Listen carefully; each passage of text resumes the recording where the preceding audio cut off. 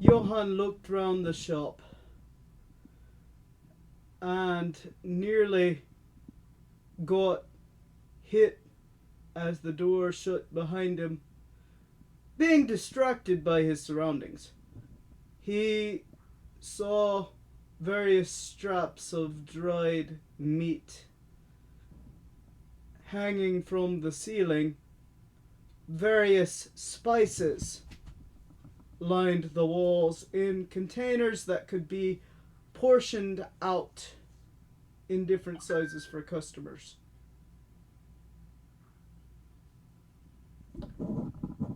Along the walls as well were various books and scrolls, the most dangerous of which were on the top, bound by bars and chains of various shapes and sizes.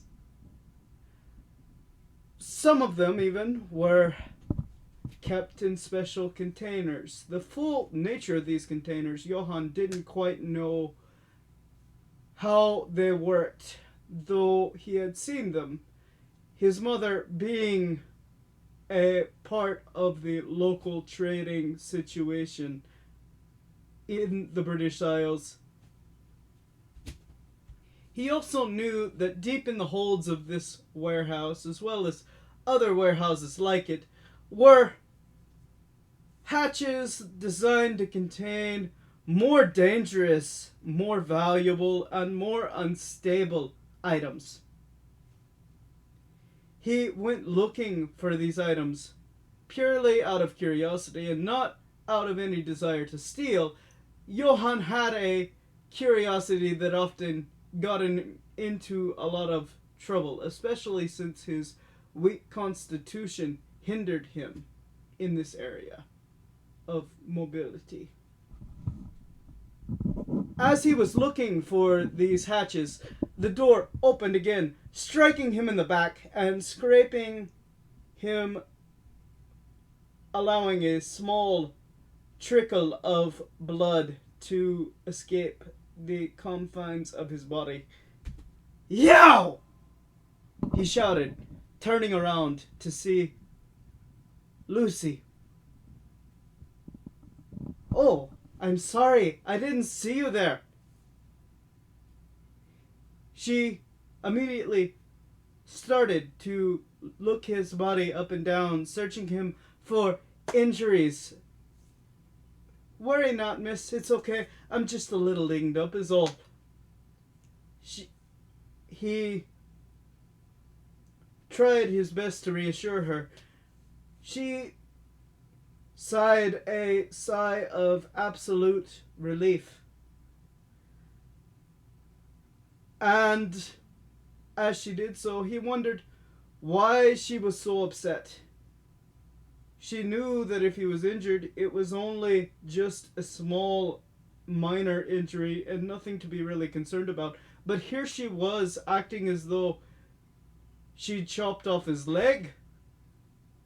It got him really worried and upset that he'd made her so anxious for his sake. Just then, out of the back came a clatter as a man who was older and with frizzy hair and ragged clothes that he wore that were much too big for his frame, tattered and old and frail.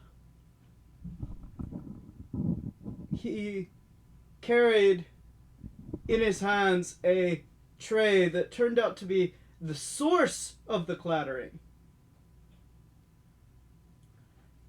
It was a tray piled high with tea and cakes and the like that he had bought and prepared especially for them.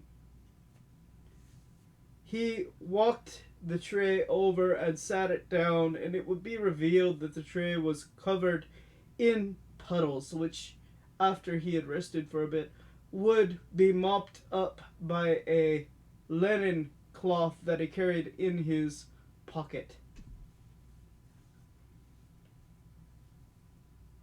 Johan and Lucy drank for a bit before, after seeing that the old man had calmed down and his tremors had ceased to an extent, grabbing a cake absent-mindedly from the tray, not really looking at where their hands were being placed, they reached for the same cake and quickly pulled away. Lucy blushing and Yohan feeling a tad bit confused by the incident. At this, the man chuckled and introduced himself.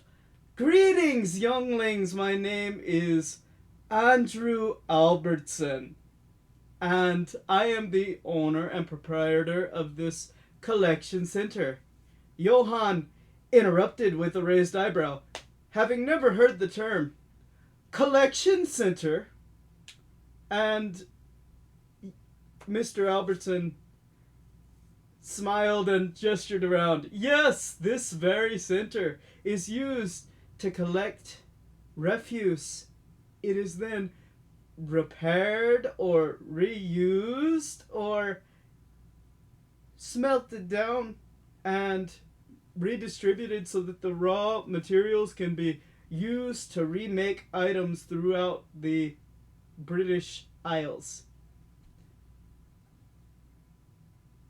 Lucy looked at Mr. Albertson with a curious expression. "What exactly is it that we do?"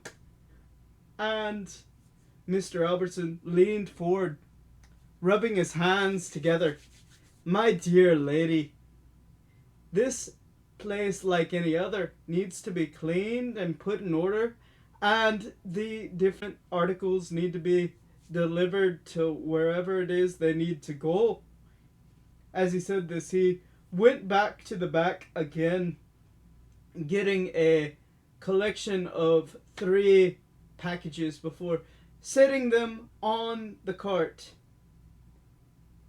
Speaking of which, that is your job today.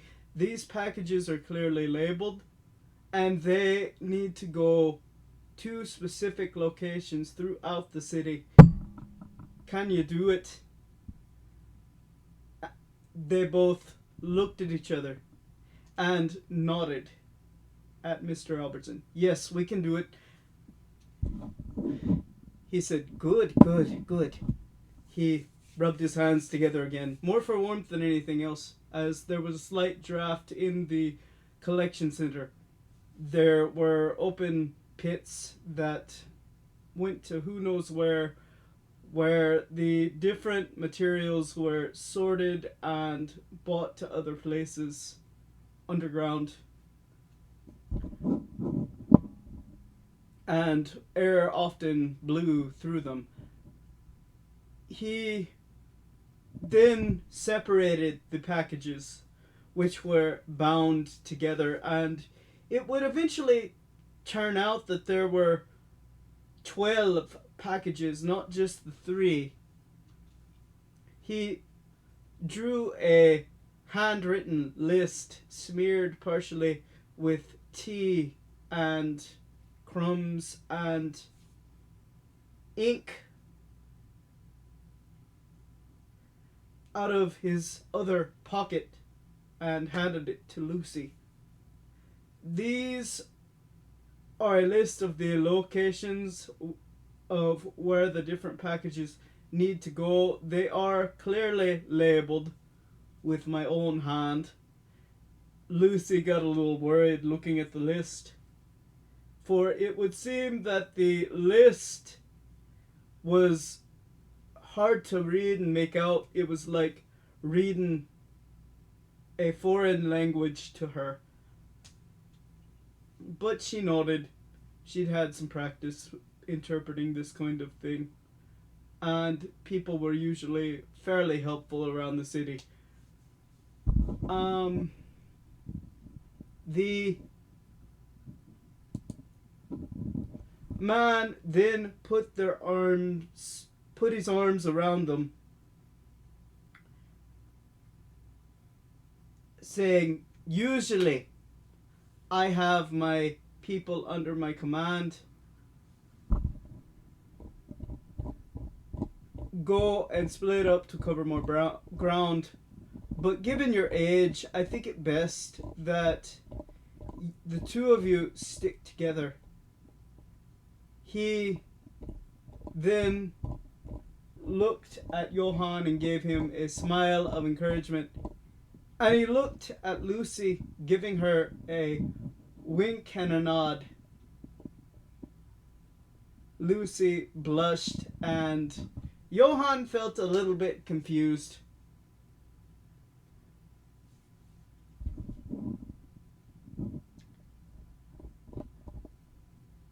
Soon, Lucy and Yohan found themselves walking the busy streets, both of them clutching the sides of the cart to keep it from moving way too far, as certain parts on it were kind of loose, and finding parts for these different vehicles were kind of difficult at this time.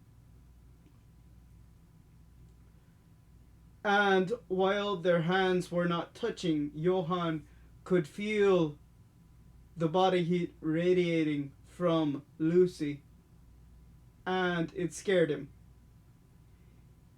He kept his body tense and retreated into his mind, trying to figure out how to handle the situation.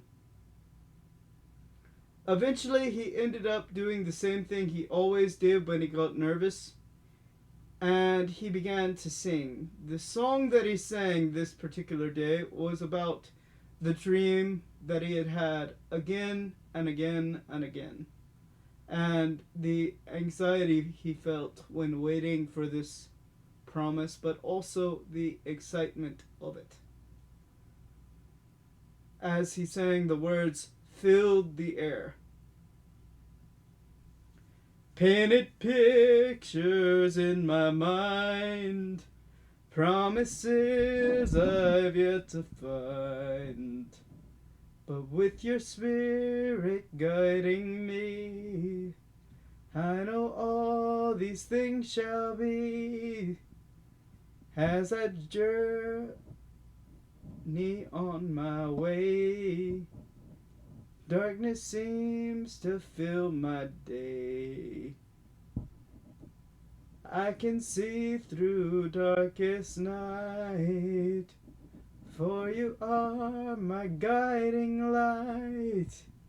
Don't worry about my yesterday, tomorrow's too far away. Simply focus on today. You are with me, come what may. As he sang, without even being asked, Lucy quickly caught the rhythm and began to hammer out a beat on the cart. And Yohan thought for a moment that they clearly worked well together. On her face was that look again. What was it? What could she want from him? He wished she would just tell him. Something about that look made him think he would do anything she wanted, and he didn't quite know why. It filled him with a feeling of anxiety and dread. He tried to shrug these feelings off and continued pushing the cart. All Lucy could do was follow him as she watched him bear the full load himself. Yohan loved days like this, but they happened very rarely, as his weak constitution often left him drained. He looked back to Lucy. What street are we headed to? Lucy looked at the list that she had been given, squinting, trying to make out the various marks of chicken scratch. Licky Lane, just north of Gother Hill, I think. Out of a nearby alleyway, there came a clatter from behind the fence, and there suddenly appeared Charlie and Goldie. Oh, hi guys, how's it going? Goldie smiled at Charlie, and Charlie clapped Yohan on the back. We were coming back from our rounds, and Goldie knew a bit of a shortcut. Yohan caught a whiff of a strong aftershave that Charlie loved to wear, but it was absolutely disgusting to him. He didn't like the smell at all and nearly gagged. It felt like Charlie was saying something to Yohan that was different than what his words would imply. However, Yohan's weak constitution came with a mental fog that made it difficult to interpret the cues of the social norm, and Yohan often struggled to make even friends as a result of this. Lucy looked at him with an expectant way that made Yohan feel a little bit on edge. Goldie changed the subject. We figured that the two of you were had a very heavy load from Mr. Albertson, and we were done, so we might as well help you out a little. Yohan gave the both of them a smile. Sure, the more the merrier, right, Lucy? Lucy gave Goldie and Charlie a look that Yohan had never seen. He had never received this look from her and hoped never to receive it again. It was like she was staring daggers into their eyes. Both beautiful and terrible was the nature of this look. Then she looked at Yohan, and a smile crossed her face. But Yohan could tell to an extent that it was a forced smile. Absolutely, let's get this done. The days flew by, and eventually Yohan got into his new routine. There came a day when Arden, Goldie, Linley, and Lucy were all sitting at a table in the rectory doing a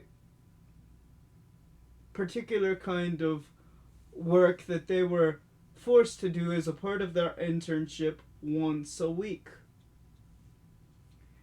On the desks were iron spikes stacked high with important papers of various natures.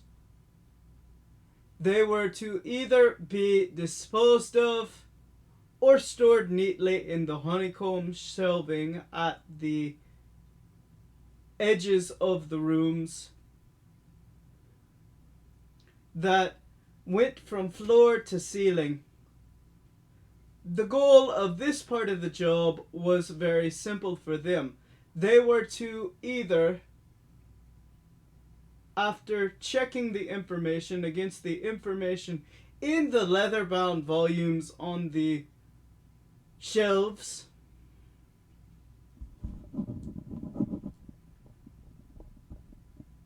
dispose of the papers, or follow the instructions on the paper to either roll them into scrolls or to fold them into various envelopes, which were scattered throughout the rectory in special designated locations.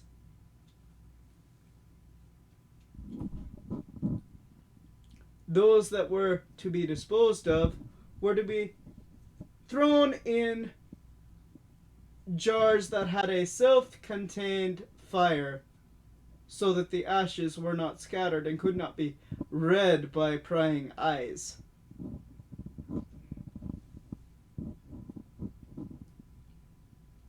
It was during this work that the young ladies began to chatter away about courting the different suitors that they had, as well as what they liked and the things that they didn't like. Elodie and Lucy were silent for all of this. However, Linley, Goldie, and Arden were all talkative, and eventually their attention turned to Yohan.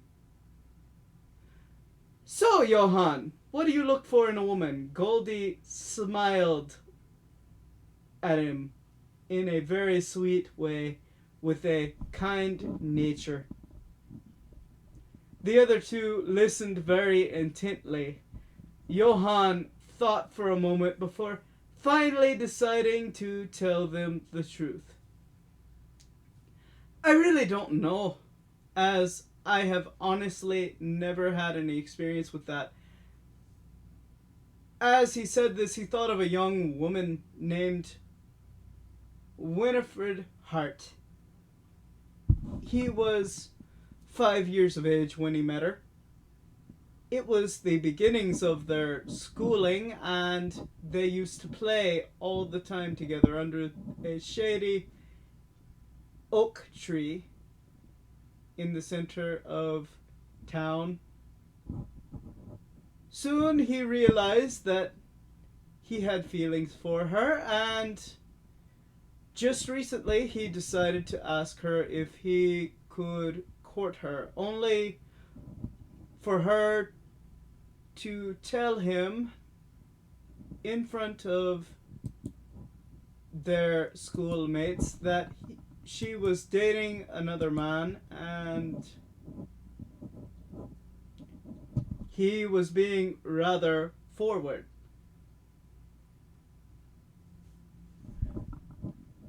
She would eventually marry this man, and it took a long time for Yohan to get over her. And it hurt him deeply. Perhaps the truth was that deep down he was still hurting from the rejection. Perhaps that was why he was so nervous now. He was even more nervous when they each said, "What do you think of me?" They continued to make these inquiries of him before they finally got an answer out of him. "Honestly, I would like to get to know each of you before I decide to date any of you." They gazed at Yohan, and that was noble, they said, but they were looking for specifically his thoughts on their beauty and grace. Yohan briefly thought of Lucy, wishing that she were asking this question instead of the three women in front of him. He shrugged these feelings off, not knowing where they came from and a little confused by them. He decided it would be best to think with his brain and look with his eyes. So, pushing the thoughts of Lucy from his mind again as they researched, "Well, if you really must know, I will tell you, and I will tell you true. But before I do, you must remember you asked." The three nodded. And he cleared his throat. pointing first to Goldie. You, for some reason, stand out the most. As a result, you would be my first choice. I don't know if it's your hair, or your eyes, or your smile, and the way you behave around me, but I like it. So you would be the first out of the three. He then pointed to Lindley. You would be, my dear, a close second, maybe even passing Goldie for first choice. But you're already dating another man, and I don't want to really be in one of those situations. He gestured to himself. As you can tell, I'm not the strongest man in the British Isles. He looked at Arden. Don't get upset. It's not that I don't like you, or that I don't find you attractive in some way, shape, fashion, or form, but you don't stand out to me, and as a result, for this reason, you are at the bottom of the list. Arden wasn't exactly sad, but there was a slight puzzled frown on her face. She told him it was okay, and they moved on. Yohan then heard a voice from behind him. What about me? The click, click, click of a woman's shoes against the floor seemed to echo off the walls as Lucy walked in front of him and sat on the edge of the table, making Yohan blush. But before he could really think about how to respond to Lucy, the other three said, "Oh, it's only in jest." Yohan blushed again, but this time for a completely different reason. He looked through his pile of papers, checking each one to see that the date was in range, as was custom. But when he threw it into the pot with the small contained fire, he did it suddenly, with great force and without any grace or finesse, so that the heat nearly burned him.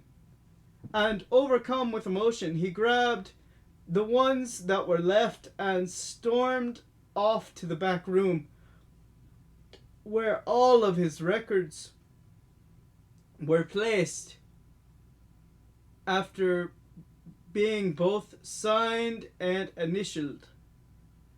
After placing them on the desk to be taken care of, he read the fine print, carefully going over the instructions to the letter, but roughly and rashly rolling them into scrolls that were crooked, and with less care than he normally would, folding them in a more haphazard fashion and stuffing them into envelopes. Throughout all of this, he would not cry, but anyone who was paying attention would have recognized the behaviors of someone in a not so great mood. It was clear he was very upset.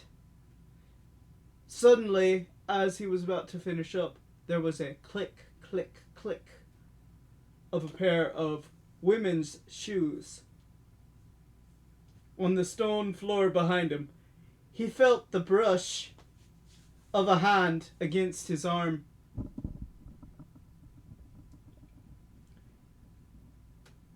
Who was that now? Who was walking up behind him now?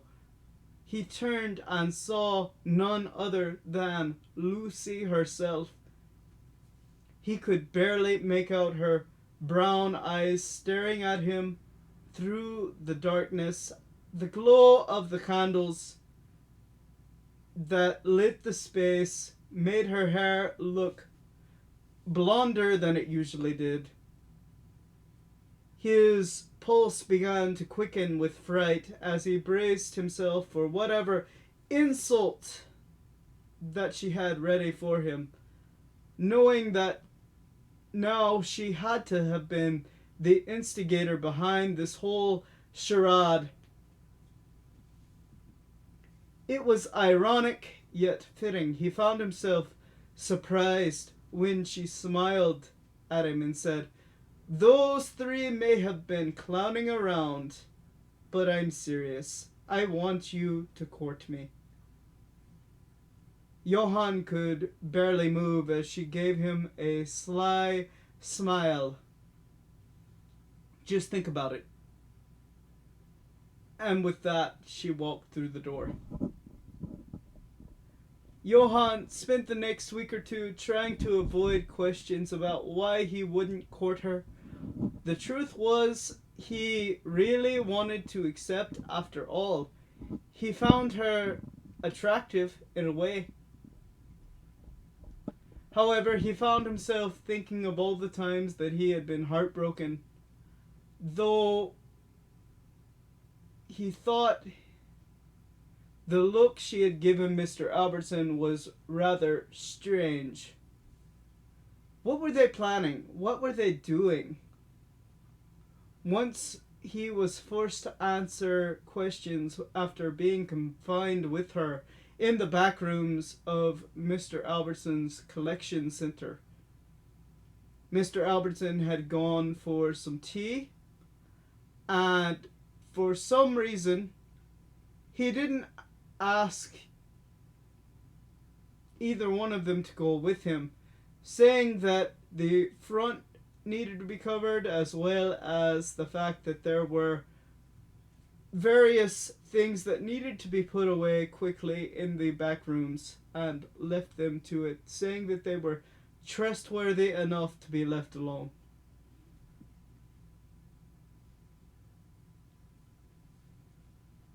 Yohan was putting a big scrap of metal onto a very large hook when Lucy popped up from behind a large box. "Why won't you court me?" Yohan dropped the scrap of metal and it fell to the floor with a loud clang and let out a rattle from the different rocks and bits of metal that were trapped within, which only scared him so much that he fell off the ladder with a loud thud and hit the floor. He looked at her, trying to figure out how to articulate the emotions that he was experiencing as she picked him up. He was unharmed, just a little shaken. He was smart. In fact, before the fits had started, when he was 8, he would have been described as genius level, mostly due to the fact that he had, at the time, an excellent memory. But when the fits came, things were hindered. Now, there seemed to be a disconnect between what he wanted to say in his mind and how he would say it. This is why Yohan preferred to communicate through his writing rather than speech. Whether it was some obscure fable, or directly through a handwritten note, or some poem of forgotten lore. Finally, he managed to let out 3 little words. "You're too pretty." She raised an eyebrow, saying, "I'm sorry, being pretty is a bad thing?" Yohan gestured to himself. "Look at me! I'm not the least bit attractive.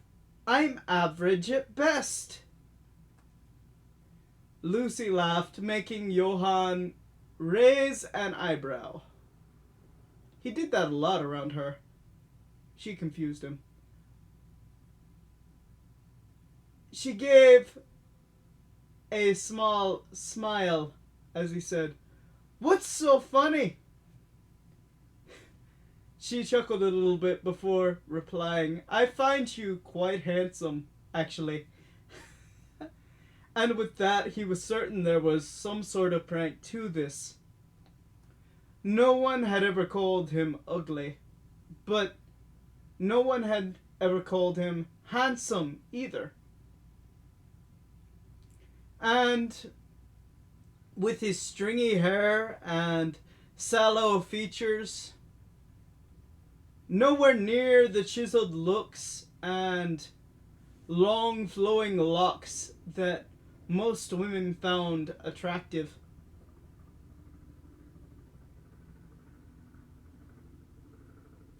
The game continued.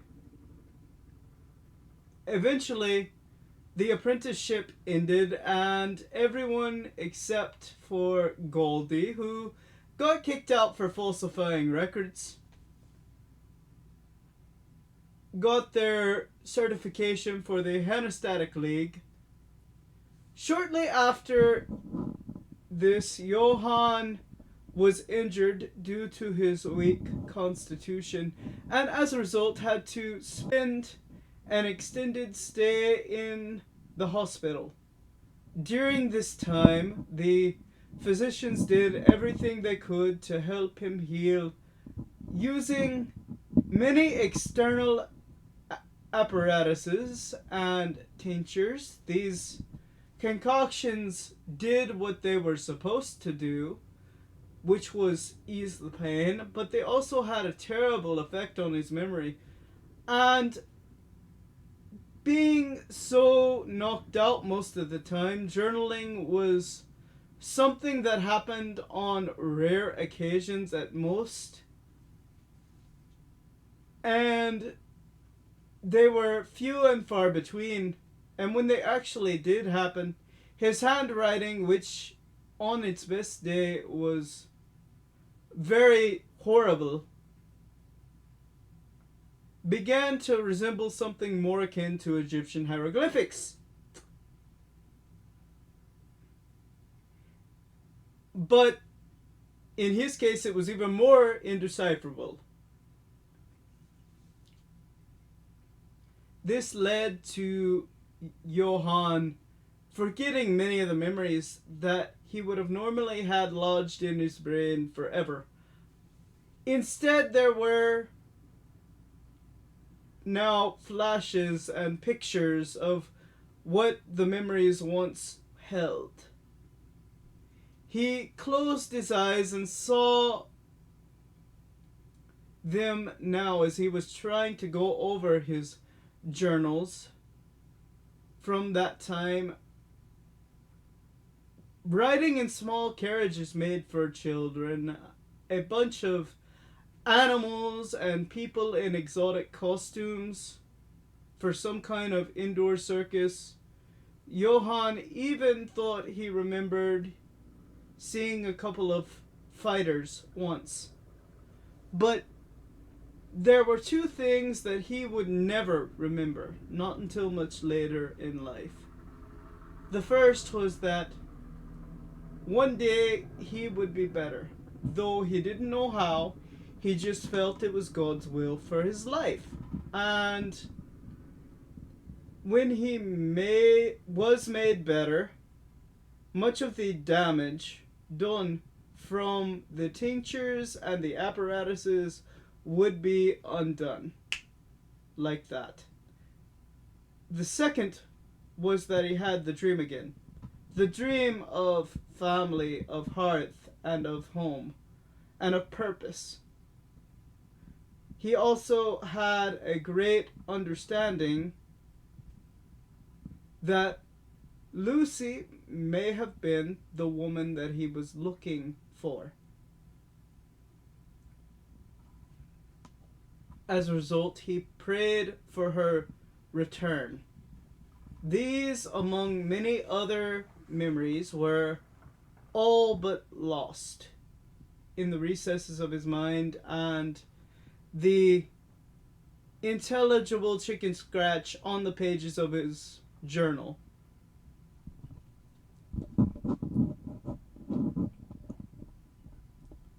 Two years later, he was looking through these same pages in the middle of music playing, focusing on trying to figure out what he wrote, seeing the fact that he remembered that he had the same great purpose, but not what that purpose wasn't a good sign, and seeing that he had had the dream again, but no recollection of who the perceived woman would be. This would also be made difficult by the fact that he didn't always date his journal. So things were written all over the pages, and narratives and thoughts were often blurred together. His mother flashed him a stern look under the thinly walled wooden structure that everyone was sitting under. It was the third year of the camp for the Henastatic League. It was a group camp. It was the sort of camp where they went over the business practices and the moral ethics. People swapped ideas and beliefs and traded products for a week, and there were all sorts of music and dancing, and of course many rounds of food and drink from the kitchen. All of his family happened to be there, including his cousin Tiffany, who had bought a friend. She seemed nice enough. However, Yohan was more focused on debating his mother about the fairness of her standards to focus on anything else. Now, to get into it, her belief was that the whole purpose of going to these camps was to work with and learn from the ones that came before you, and that any deviation from that ended up leading you away from the truth. Yohan took a different approach, based partially on what he saw from his mother, partially on what he saw from the world, and partially what he saw from others. His belief was that the first voice one must listen to is the one who made heaven and earth and set the whole thing in motion. That this voice would never tell you to hurt yourself or anyone else, even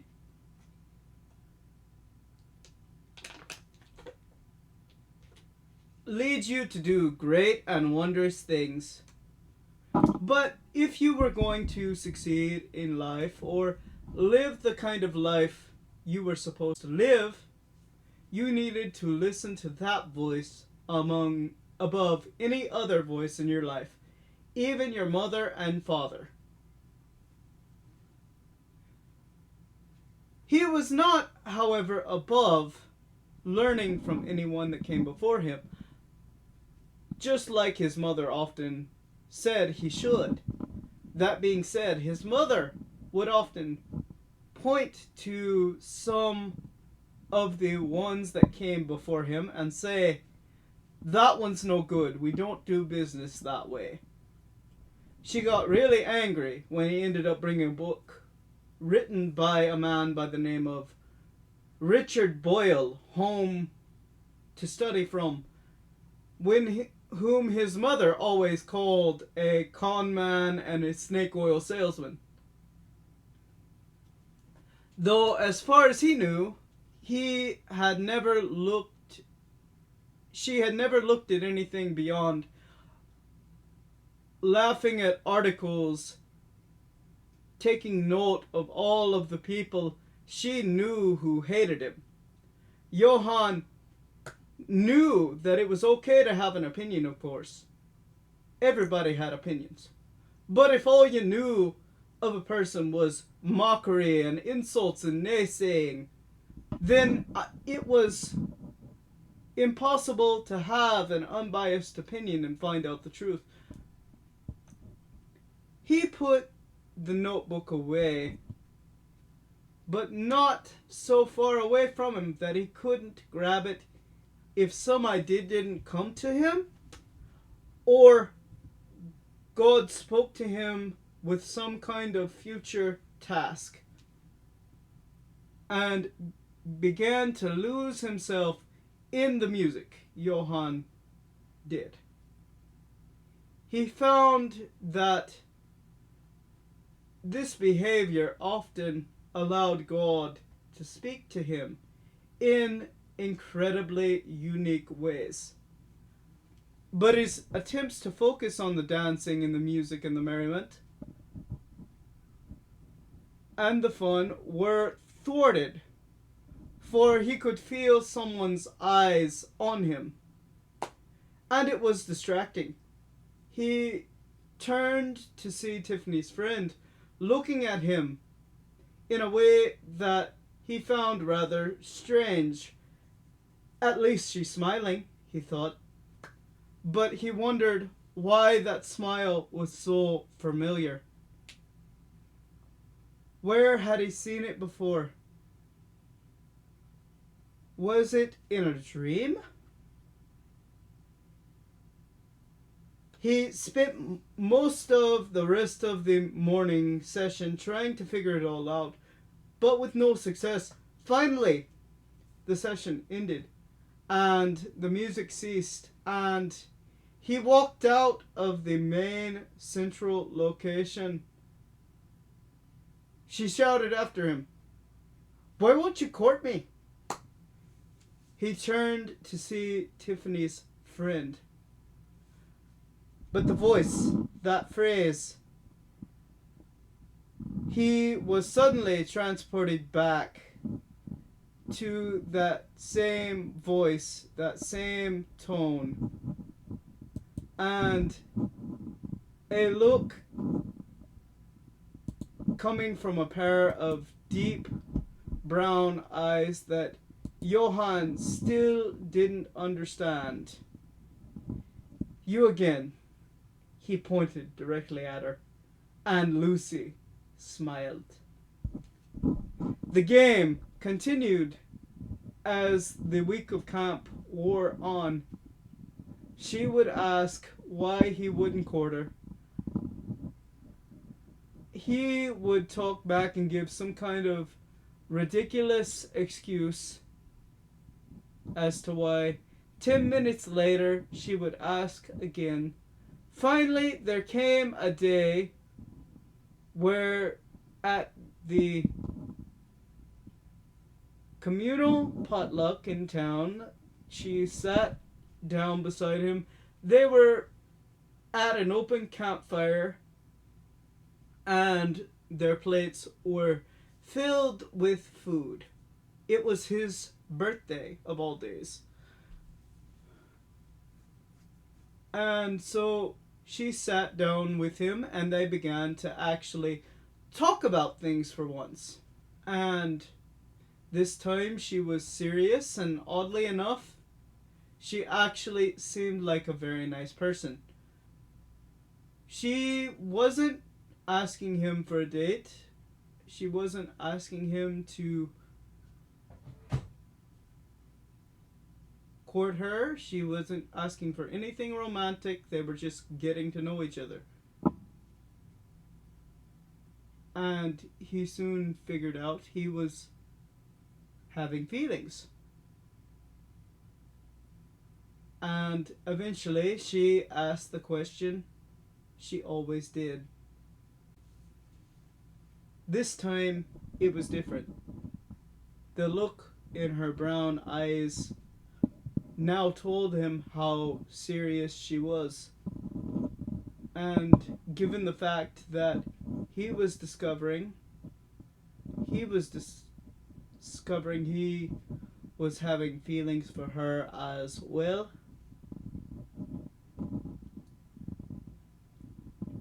He didn't know what to do. It shook him to his core.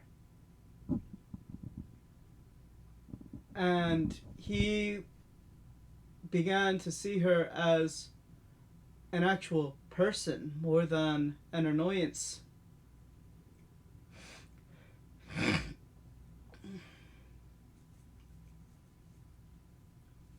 He began to notice how beautiful she actually was, and it scared him. Could he really feel this way about her? It was obvious he might. But there was a problem. His weak constitution made it so that he was unable to grow muscle like everyone else. And he, in truth, was average at best, even when you factored this out.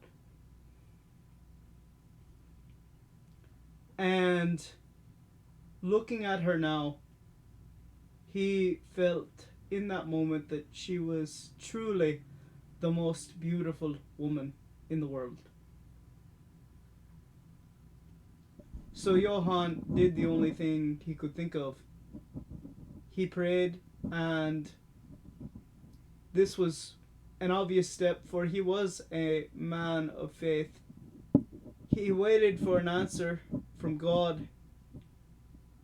Is this the real thing? Can I really make this last? And he waited and he listened, or at least he tried. But Lucy, she wanted an answer, and she wanted it right then, right there.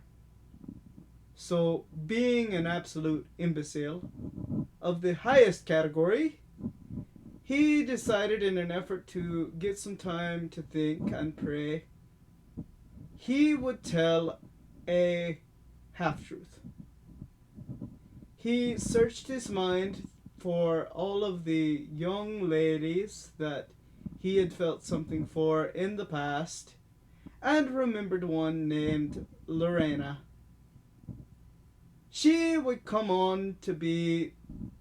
later become the town harlot, but at that time she was just a young lady who was a little loose, and he told Lucy that he was in love with Lorena, and she smiled, understanding, as she walked away. After that, he was free to think. That very night, he had the dream of wife and family, and of career, and of hearth, and of home. Nothing about the dream had changed, but when he awoke, he felt a strong desire, a feeling of love for Lucy. Now he had a challenge before him. He searched high and low for the young lass. Finally, he found his cousin Tiffany, and he walked up to her. Hey, listen, do you know where Lucy is? Trying to keep as calm as he could, but his emotions were clearly starting to show. His cousin smiled a sad smile before saying, I'm sorry, Yohan, but her mother needed her for an important trading mission, and she had to go. He later found out that her mother was a seafaring trader, and she had just acquired a new ship, which she needed someone to run, and Lucy, being her daughter and being taught everything she knew, she was the obvious choice. He decided to run to the docks to see if he could catch her. Maybe he could be a deckhand on the ship and they could travel together, was his first thought. He got there in time to see her mother's ship sailing away against the sunrise, and he began to shed tears, knowing that he had missed his shot with her. At least for now. As he was about to leave, something caught his eye. Now, it might have been just a trick of the light, but Yohan could have sworn he saw a single tear fall down Lucy's cheek. He began to cry. Standing at the end of the dock, she was a good few yards away now from him. Swimming was out of the question. He had only learned to swim quite recently, and even that was only in a freshwater pond that his parents had dug in the back of their family home. And up until this point, only a small amount of swimming had been done even there. He had no clue how to swim against an open current. But here and now he realized he had to try.